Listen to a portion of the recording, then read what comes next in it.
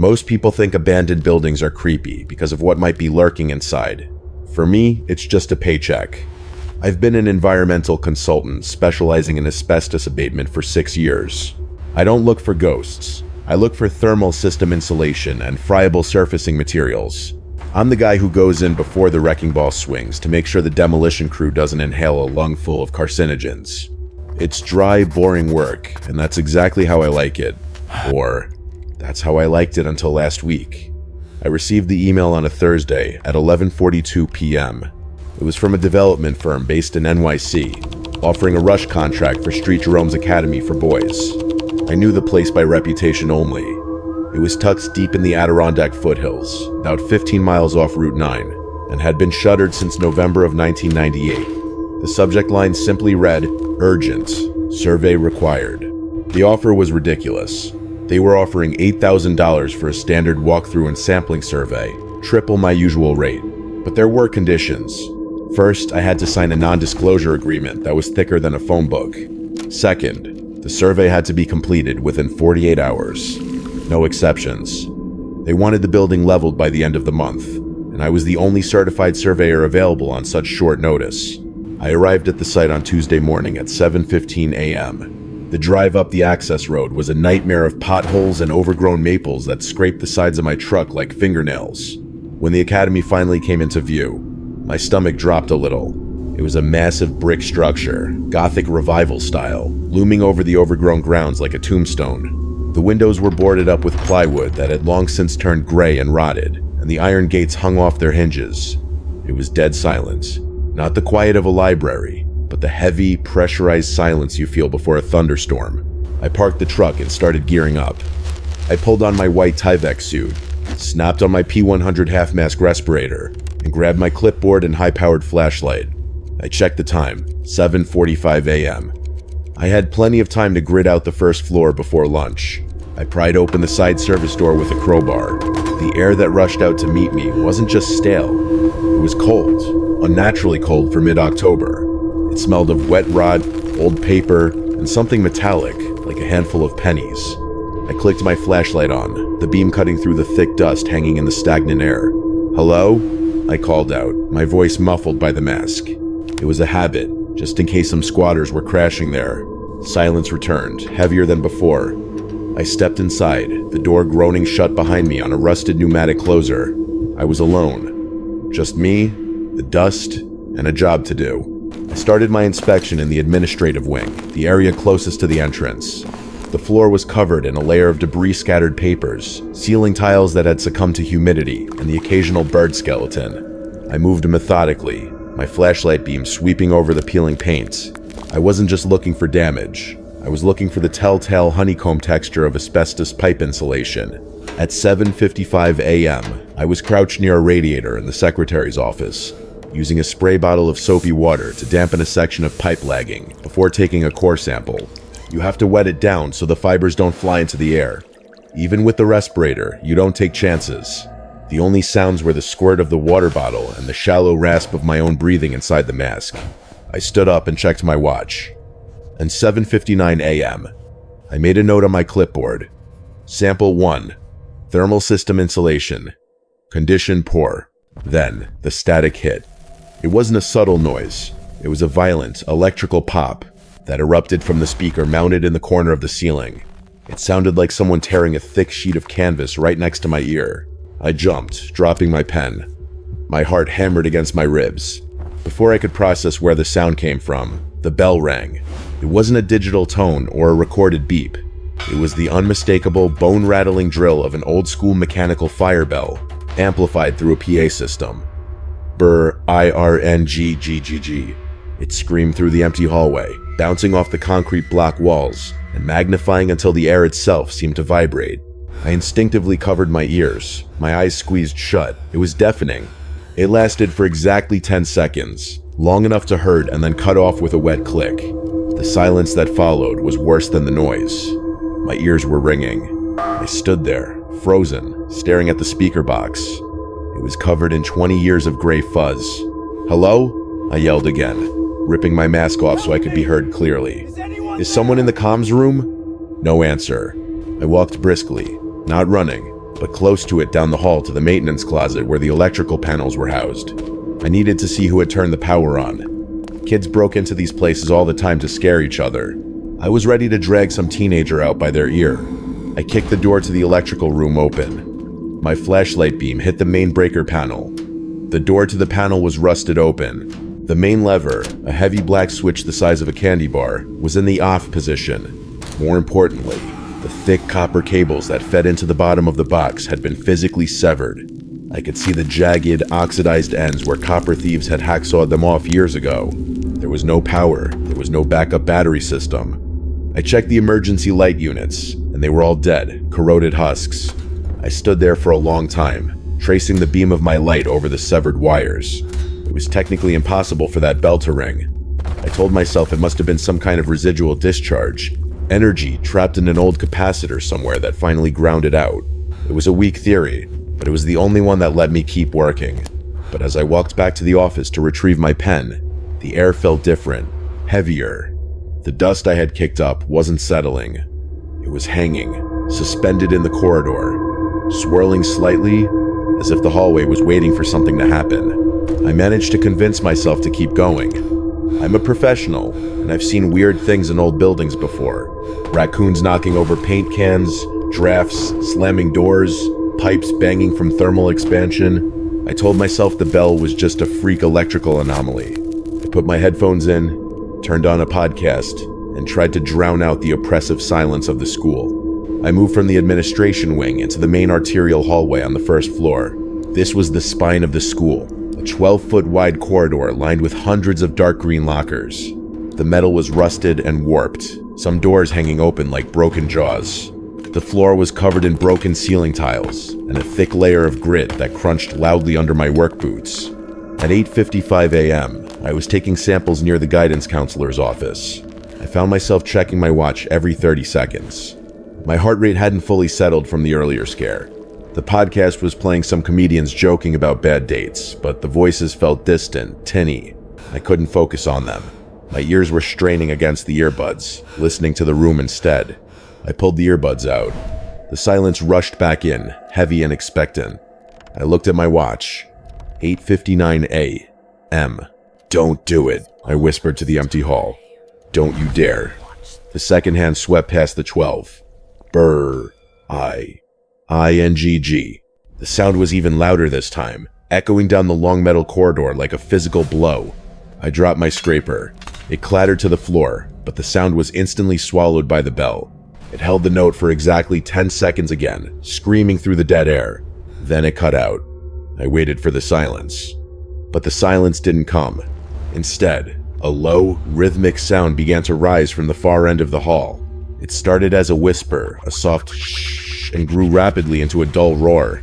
It sounded like the ocean, or wind through trees. But as it got closer, the texture of the sound resolved into something specific, something I remembered from my own childhood. It was the sound of hundreds of rubber soles squeaking and sliding on wax tile. It was the scuff of leather loafers dragging on grit. It was the thump-thump of backpacks bumping against shoulders. It was the sound of a passing period. "Is someone there?" I shouted, my voice cracking. I swung my flashlight beam down the hall. The beam cut through the darkness, illuminating nothing. The hallway was empty, but the sound was deafening now. It was right in front of me. The cacophony of invisible movement washed over me. I pressed my back hard against the bank of lockers, instinct taking over. I made myself as small as possible. The air in the hallway, which had been stagnant for 20 years, suddenly whipped into a frenzy. I watched, paralyzed, as the dust on the floor began to react. It didn't just drift, it kicked up in violent little puffs. Thousands of them. I could see the patterns, footsteps. Invisible feet were disturbing the debris, impacting the floor in a chaotic rush. The dust swirled waist-high, churning in the wake of bodies I couldn't see. I felt the displacement of air as they rushed past me. A cold breeze brushed my cheek, smelling of graphite pencils and cheap cologne. A locker door near my head slammed shut, vibrating the metal against my spine. I stood there, hyperventilating into my mask, eyes wide, watching the empty air bustle with the energy of 500 ghosts. The sound was so loud, so real, that I braced for impact, waiting for a shoulder to check me or a bag to hit my legs. And then, gradually, the footsteps began to diverge. They turned into classrooms, fading away, the squeak of shoes diminishing until the hallway was silent again. I was alone. The dust slowly drifted back down to the floor, settling in new, disturbed patterns. I should have left right then. Any sane person would have packed up their gear and sprinted for the truck. But fear is a funny thing. It makes you irrational. It makes you need proof. I convinced myself I had hallucinated the whole thing. The stress of the deadline, the fumes from the mold, the isolation. It was playing tricks on my brain. That's what I told myself as I climbed the stairs to the second floor. It was 9:45 a.m. I was heading to the science wing.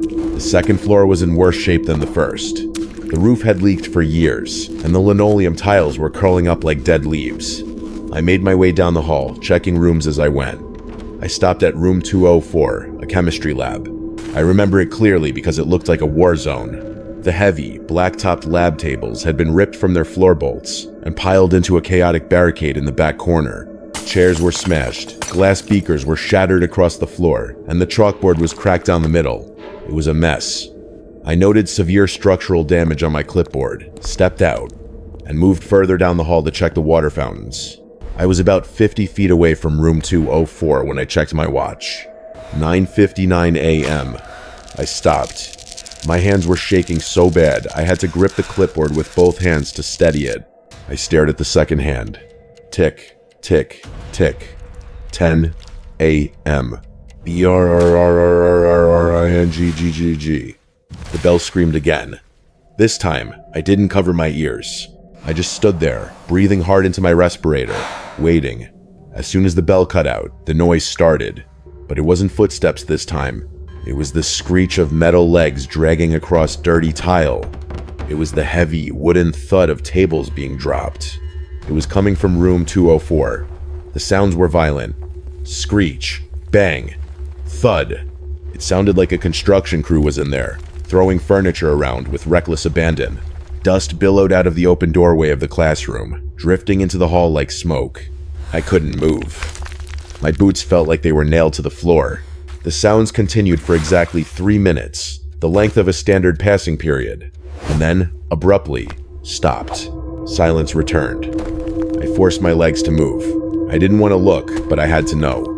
I walked back down the hall, the flashlight beam trembling in my hands. I reached the doorway of room 204 and shone the light inside. I nearly vomited. The barricade was gone. The heap of smashed furniture I had seen 10 minutes ago had been dismantled. The heavy, black-topped lab tables were now arranged in 4 perfect, symmetrical rows facing the chalkboard. The chairs were upright, tucked neatly under each desk. Even the larger pieces of shattered glass had been swept into a small pile near the teacher's podium. It looked like a classroom ready for a lesson. I stepped back, my heart hammering a frantic rhythm against my ribs. I looked at the floor. There were drag marks in the dust, fresh ones. Deep grooves where the heavy tables had been pulled by hands that weren't there. I wasn't hallucinating. Things were moving. The school wasn't just replaying a memory. It was resetting itself. And then, I realized something that made my blood run cold. There were 30 desks in that room, and all 30 chairs were pulled out slightly, as if 30 invisible students had just taken their seats. I knew I had to get out. The rational part of my brain, the part that writes, reports, and argues with contractors, had completely shut down. The primate part of my brain was screaming at me to run. I scrambled away from room 204, backtracking toward the central stairwell. My plan was simple. Get to the first floor, get to the truck, and drive until I hit the state line. But the building wasn't done with me. I was halfway down the corridor when I checked my watch. 10:58 a.m. I wasn't going to make it to the exit before the hour struck. Panic, cold and sharp, spiked in my chest. I didn't want to be in the open when the bell rang again. I spotted a narrow door labeled custodial and threw myself inside, pulling the door shut until it clicked. I killed my flashlight. I crouched in the dark, smelling ammonia and rotting mop heads, listening to my own pulse thumping in my ears. 11 a.m. B-R-R-R-R-I-N-G-G-G-G. The bell shook the dust from the ceiling tiles above me. As the echo died, the familiar roar of the students began. The hallway outside my door erupted with the sound of unseen chaos shouts, laughter, the squeal of sneakers, lockers slamming. It was a cacophony of life in a dead place. And then, the tone changed. It wasn't a gradual shift, it was immediate. The roar of conversation dropped to a terrified whisper, then to total silence. The shuffling feet slowed, then stopped. It was like a wave of silence moving down the hall, extinguishing the noise as it came. Then, I heard it. Clack. Shh. Uck. Clack. Shh. Uck. It was a footstep, heavy and hard-soled, followed by a drag. Something was walking down the center of the hall. The cadence was slow, deliberate, and painful. It sounded like a heavy boot hitting the linoleum, followed by a dead leg being dragged forward. Clack. Shh. Uck. I pressed my eye to the rusty keyhole of the closet door. I couldn't see much, just a circle of gray hallway and the swirling dust. The footsteps were getting closer. The silence of the students was oppressive. I could practically feel them pressing themselves against the lockers, making way for whatever was coming. The air in the closet grew freezing cold, dropping 10 degrees in seconds. My breath started to fog inside my respirator facepiece. Clack. Shh. Uck. It stopped. Right in front of my door. I held my breath until my lungs burned. Through the keyhole, I saw the dust in the air swirling violently, not in random patterns, but around a distinct, negative space. It looked like the outline of a tall, broad-shouldered man in a long coat carved out of the floating debris. A smell seeped through the cracks of the door, overpowering the ammonia. It was the smell of stale pipe tobacco and old damp wool. It was a smell from another time. The doorknob to my closet slowly, agonizingly, began to turn. The rusty mechanism groaned. I gripped the inside handle with both hands, my knuckles white, fighting against the rotation. I prayed. I'm not a religious man, but I prayed to anything that would listen. Don't let it in. Don't let it see me. The knob turned a 1/4 inch, then a 1/2 inch. The pressure on the other side was immense, like a hydraulic press. My wrists screamed in protest. Then, just as my grip was slipping, the pressure vanished. The knob snapped back to its original position. Clack. Shh. The footsteps resumed, moving past the door and continuing down the hall. As the sound faded toward the stairwell, the students began to move again, their whispers returning, but subdued, fearful. I stayed in that closet for 20 minutes after the hall went silent, shaking so hard I could hear my teeth clicking together. I waited until my heart rate dropped below 150 before I dared to open the closet door. The hallway was empty again. The dust settled on the floor like gray snow. I checked my watch, 11:45 a.m. I had 15 minutes to get out of the building before the next hour struck. The fastest route to the main exit took me past the cafeteria, a cavernous hall on the ground floor with floor-to-ceiling windows that were now caked in decades of grime. I moved as fast as I could without running. Running felt like prey behavior, and I didn't want to trigger whatever hunting instinct this building possessed. I reached the double doors of the cafeteria at 11:58 a.m. They were chained shut with a heavy padlock from the outside, blocking my path to the lobby. I cursed aloud, the sound muffled by my mask. I had to go through the cafeteria to get to the faculty exit. On the far side, I squeezed through a gap where the doors were slightly askew, the rusty chain biting into my hazmat suit. I was halfway across the vast open room when it happened. Brr, ING, GGG. 12 p.m. The sound was louder in here, bouncing off the hard tile walls and the high ceiling. It vibrated in my teeth. As the bell faded, the change wasn't visual, it was olfactory. My respirator is a P100. It's designed to filter out particulates, mold spores, and asbestos fibers. It is not designed to filter out smells. The air inside the cafeteria instantly changed. The dry, dusty scent of the abandoned building vanished, replaced by a thick, humid heaviness. It hit me like a physical wall, the smell of institutional food. Overboiled vegetables, scorched milk, and steaming gray meat. It was nauseatingly nostalgic. But underneath the cafeteria, food was something else. Sharp, metallic, copper. It was the smell of a slaughterhouse. It smelled like gallons of fresh blood had just been spilled on a hot griddle.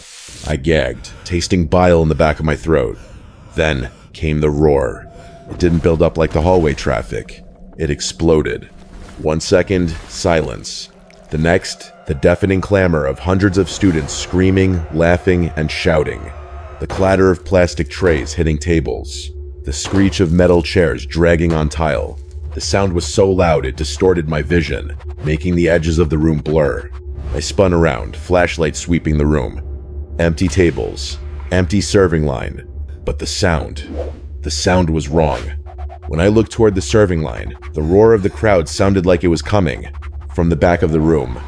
I spun around to face the back, and the sound instantly shifted. It was now coming from the serving line behind me.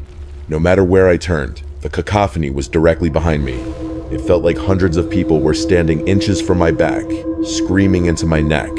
I could hear individual sounds, now wet, sloppy chewing, the slurping of liquid, the crunch of bone. "Get away!" I screamed, spinning in a tight circle, waving my flashlight like a weapon. The beam caught nothing but dust, but the air was swirling violently. A metal napkin dispenser on a nearby table suddenly flew off and smashed into the wall, dented by an invisible hand. I backed up until my spine hit the cold brick of the far wall. The smell of blood was getting stronger, overpowering the smell of the food. The chewing sounds were getting closer, louder, wetter.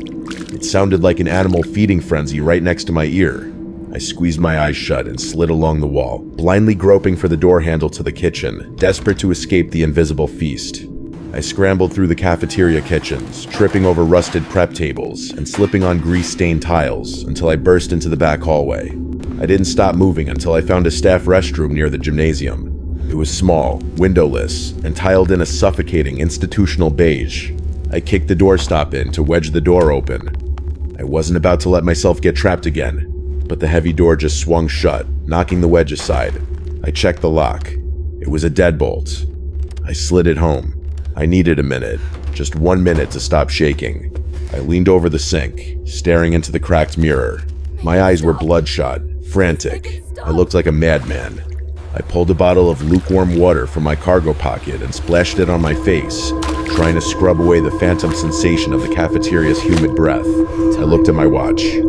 12:59 p.m. "No," I whispered. "Not again." I reached for the deadbolt to unlock the door, desperate to leave before the hour turned, but my hand froze. BRRING. 1 p.m. The sound resonated in the small tiled room like a gunshot. I backed into the corner, away from the stalls, away from the sinks. I waited for the footsteps. I waited for the voices. But the bathroom remained silent. "Okay," I breathed out, my chest heaving. "Okay." It's skipping a beat. Slam. The door to the middle stall violently smashed shut. The latch clicked into place from the inside. I yelped, a pathetic, strangled noise, and pressed myself harder into the corner. My flashlight beam shook wildly as I trained it on the stall door. Underneath, in the gap between the door and the floor, I saw nothing. No feet, no shoes, just empty, dirty tile. Then to my right, I heard a squeak. I whipped the light toward the sink I had just been using. The chrome handle, the cross-shaped kind you see in old hospitals, was turning. It moved in jerky, resistance-heavy increments. Eerie. It rotated a full 90 degrees. The faucet shuttered. The building's water had been cut off since the Clinton administration. I had verified the main valve myself, but the pipes behind the wall began to groan. It was a deep, guttural vibration that I could feel through the soles of my boots. It sounded like something thick, something viscous and heavy, struggling against gravity. Thump, thump, thump. Something was coming up the drain. I watched in horror as a black, oily bubble formed at the lip of the drain. It popped with a wet smack, releasing a smell that made my knees buckle raw sewage mixed with that same metallic, copper scent of blood. The pipes rattled violently, the porcelain sink vibrating against its wall mounts. The handle turned another inch on its own, opening the valve fully. The sound came from the drain. Not a gurgle, a voice. Low, wet, and garbled by the sludge, but undeniable. Help. That broke the spell. I wasn't going to wait to see what squeezed out of that hole. I lunged for the door, threw the deadbolt back, and threw my shoulder against the wood. I tumbled out into the hallway, slipping on the dusty floor, and scrambled to my feet. Behind me, I heard the sink erupt, a wet explosion of matter hitting the ceiling and walls. I ran.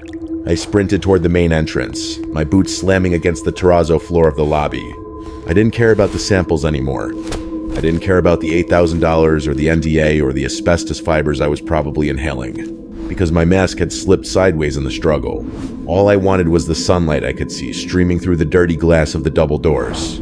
I hit the exit at full speed, throwing my shoulder into the crash bar. Clang. The metal bar depressed, but the doors didn't budge. I bounced off, stumbling back, my shoulder throbbing. "Come on," I gasped, grabbing the bar with both hands and shoving. The doors groaned.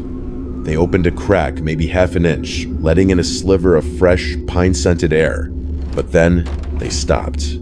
It wasn't a mechanical stop. It didn't feel like a locked bolt or a jammed hinge. It felt soft, elastic.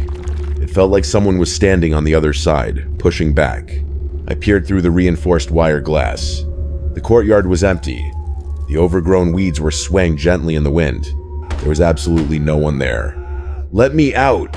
I screamed, driving my shoulder into the gap again. The resistance on the other side increased. Whatever was holding the door wasn't just blocking it, it was shoving. The door slammed back into its frame with enough force to pinch my finger against the metal latch. I yelled in pain, shaking my hand, watching blood well up under my fingernail. I stepped back, breathing hard. The sunlight was right there. I could see my truck. I could see the road. It was 10 feet away. Then, I checked my watch. 1:59 p.m. "No," I whimpered. "Please, no." The second hand swept past the 12. 2 p.m. Brr. INGGGG. The bell exploded overhead. I fell to my knees, clapping my hands over my ears. I waited for the 10-second mark. I counted in my head. 1, 2, 3, 10. It didn't stop. Brr, INGGGG. It kept ringing. A continuous, unbroken scream of mechanical fury. The sound wasn't just loud, it was physical. It vibrated my teeth and my skull. It rattled the glass in the doors. Dust rained down from the ceiling in sheets. I looked at the doors again. Through the wire glass, I saw the outside world distorting. The glass bowed inward. Something invisible and massive was pressing against the entire surface area of the entrance. The metal frames groaned under the stress, the steel bending like clay. The bell kept ringing. 30 seconds. A minute.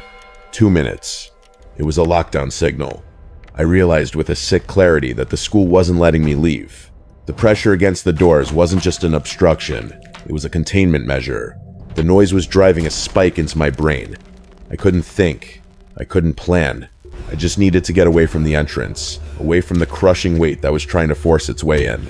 I scrambled backward on my hands and knees, retreating into the dim hallway of the administration wing, leaving the sunlight behind. The bell finally cut out after 5 minutes and 12 seconds. I know the exact time because I was staring at the second hand of my watch, praying for it to end. When the silence returned, it was heavy and absolute, leaving my ears ringing with a high-pitched whine that wouldn't go away. I was huddled in the administration wing, in what used to be the principal's office. It was the only room with a solid oak door, and I had dragged a filing cabinet in front of it. I knew it was a flimsy barrier against whatever was holding the front door shut, but it was all I had. The room smelled of mildew and old pipe tobacco. My flashlight beam cut through the gloom, landing on a massive mahogany desk that dominated the center of the room. I moved toward it, my legs feeling like jelly. I needed a phone. I knew the cell service was dead in this valley. I had checked my phone a dozen times already, but maybe, just maybe, there was a hardline that still had a dial tone. I swept the papers off the desk. The rotary phone was there, dusty and black. I picked up the receiver. Nothing. Not even static, just the dead weight of disconnected copper. I slammed the receiver down, frustration and terror warring in my chest. That's when I saw it. Underneath the pile of papers I had shoved aside was a thick, leather-bound ledger. Gold foil letters on the cover read, Steed Jerome's Academy, Daily Operations Log, 1998. I opened it. The pages were yellowed and brittle. I flipped toward the end, looking for, I don't know what, an explanation? A reason why this place felt like a battery charged with hate? The entries from early November were mundane. November 2. Heater in East Wing malfunctioning. Repair scheduled. Noven 5. Mr. Henderson reports 3 desks missing from room 204. Novate disciplinary action taken against students finding access to the tunnels.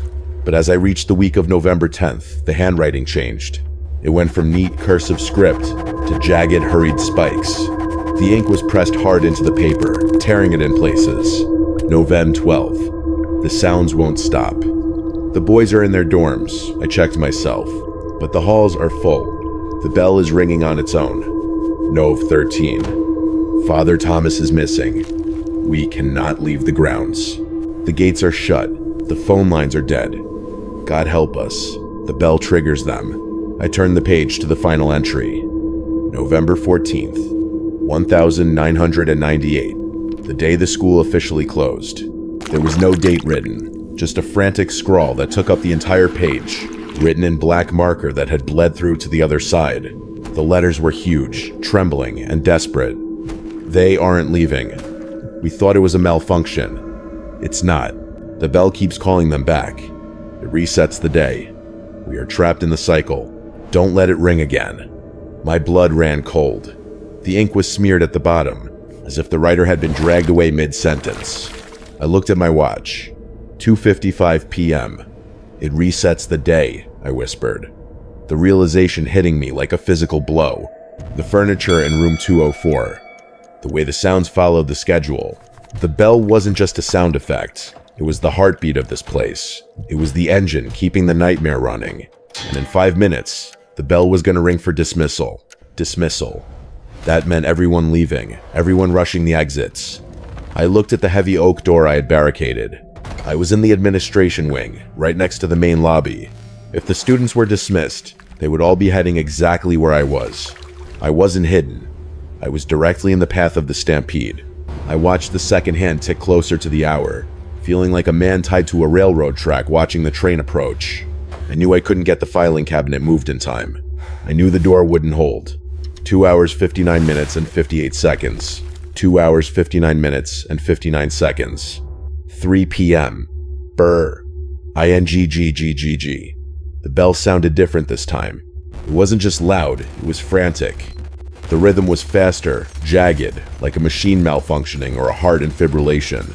It screamed for a full minute, overlapping with its own echo, until the sound was a solid, physical mass in the room. As the bell faded, the air pressure in the room dropped so sharply my ears popped.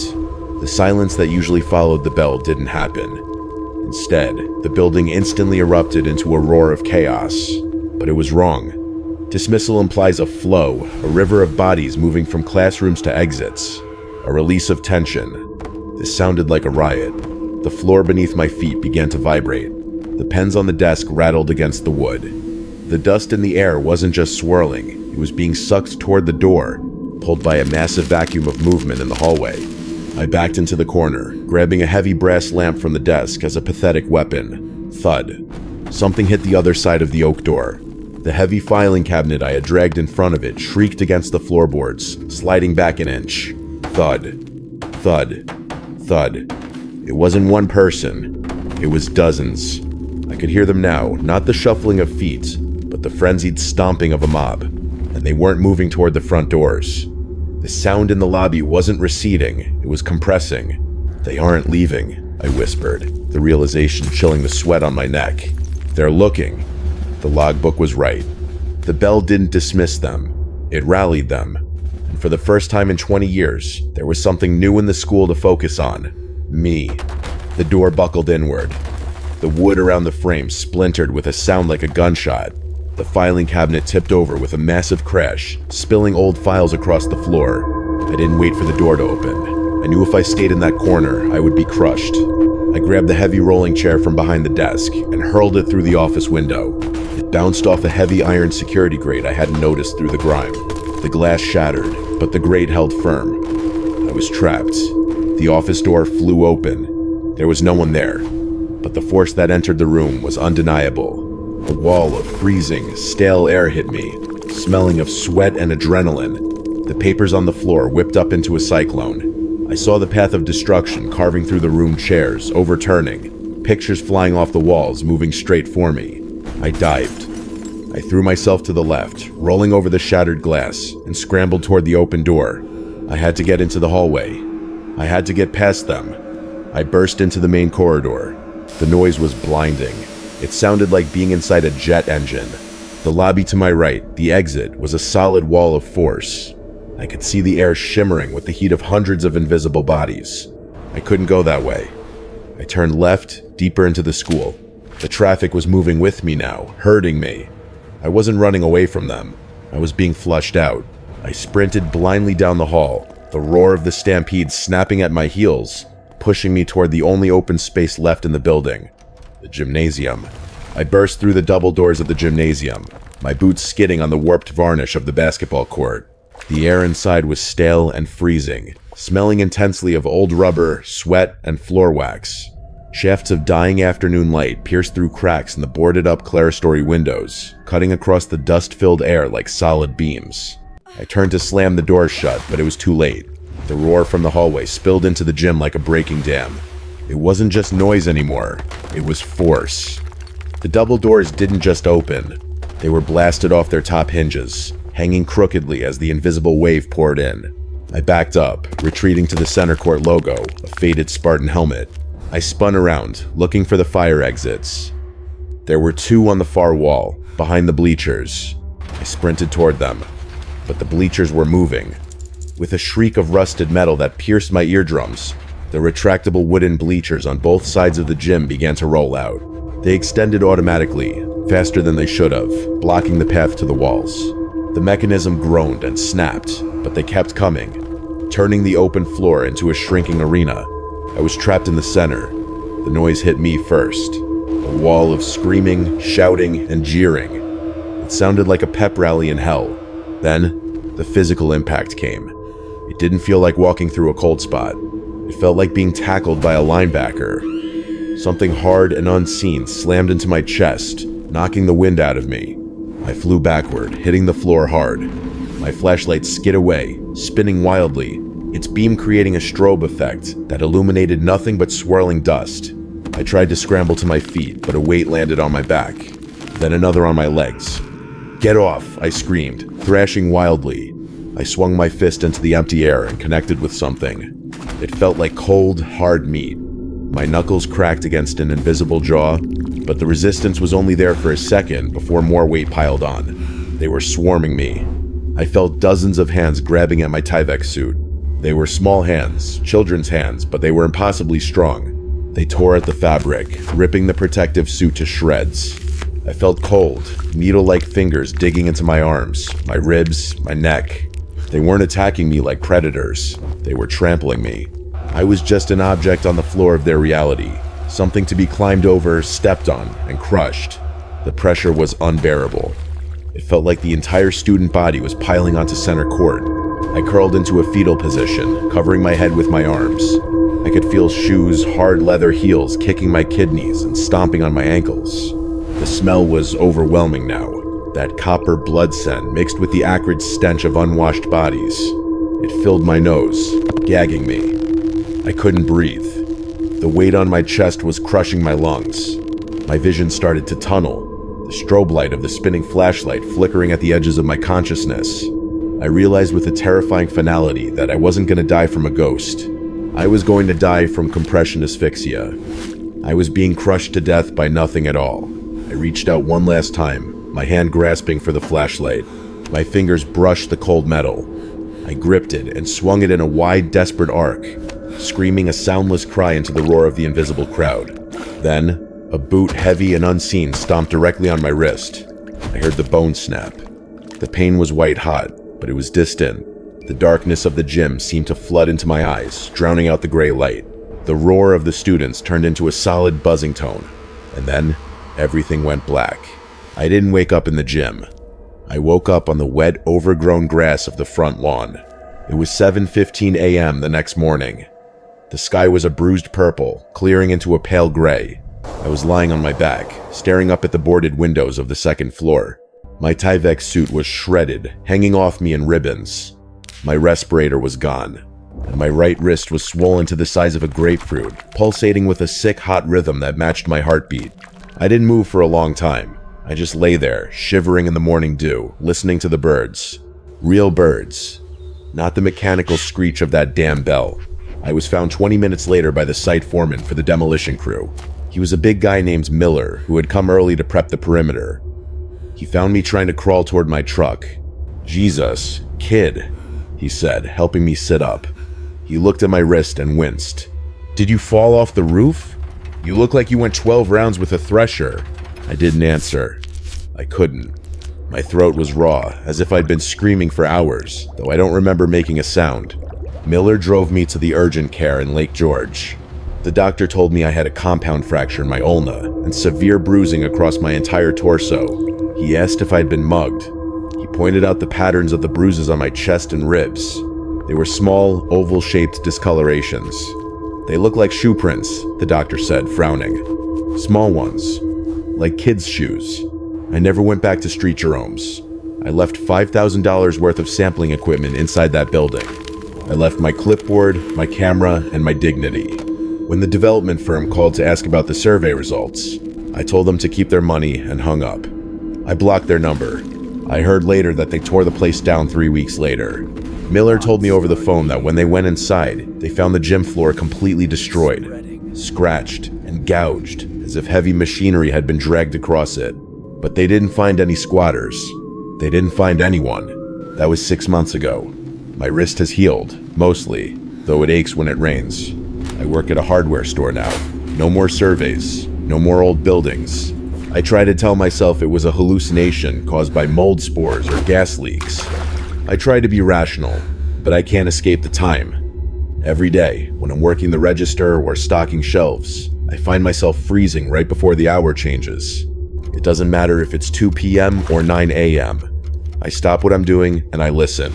Most of the time it's just the hum of the refrigerator or the traffic outside.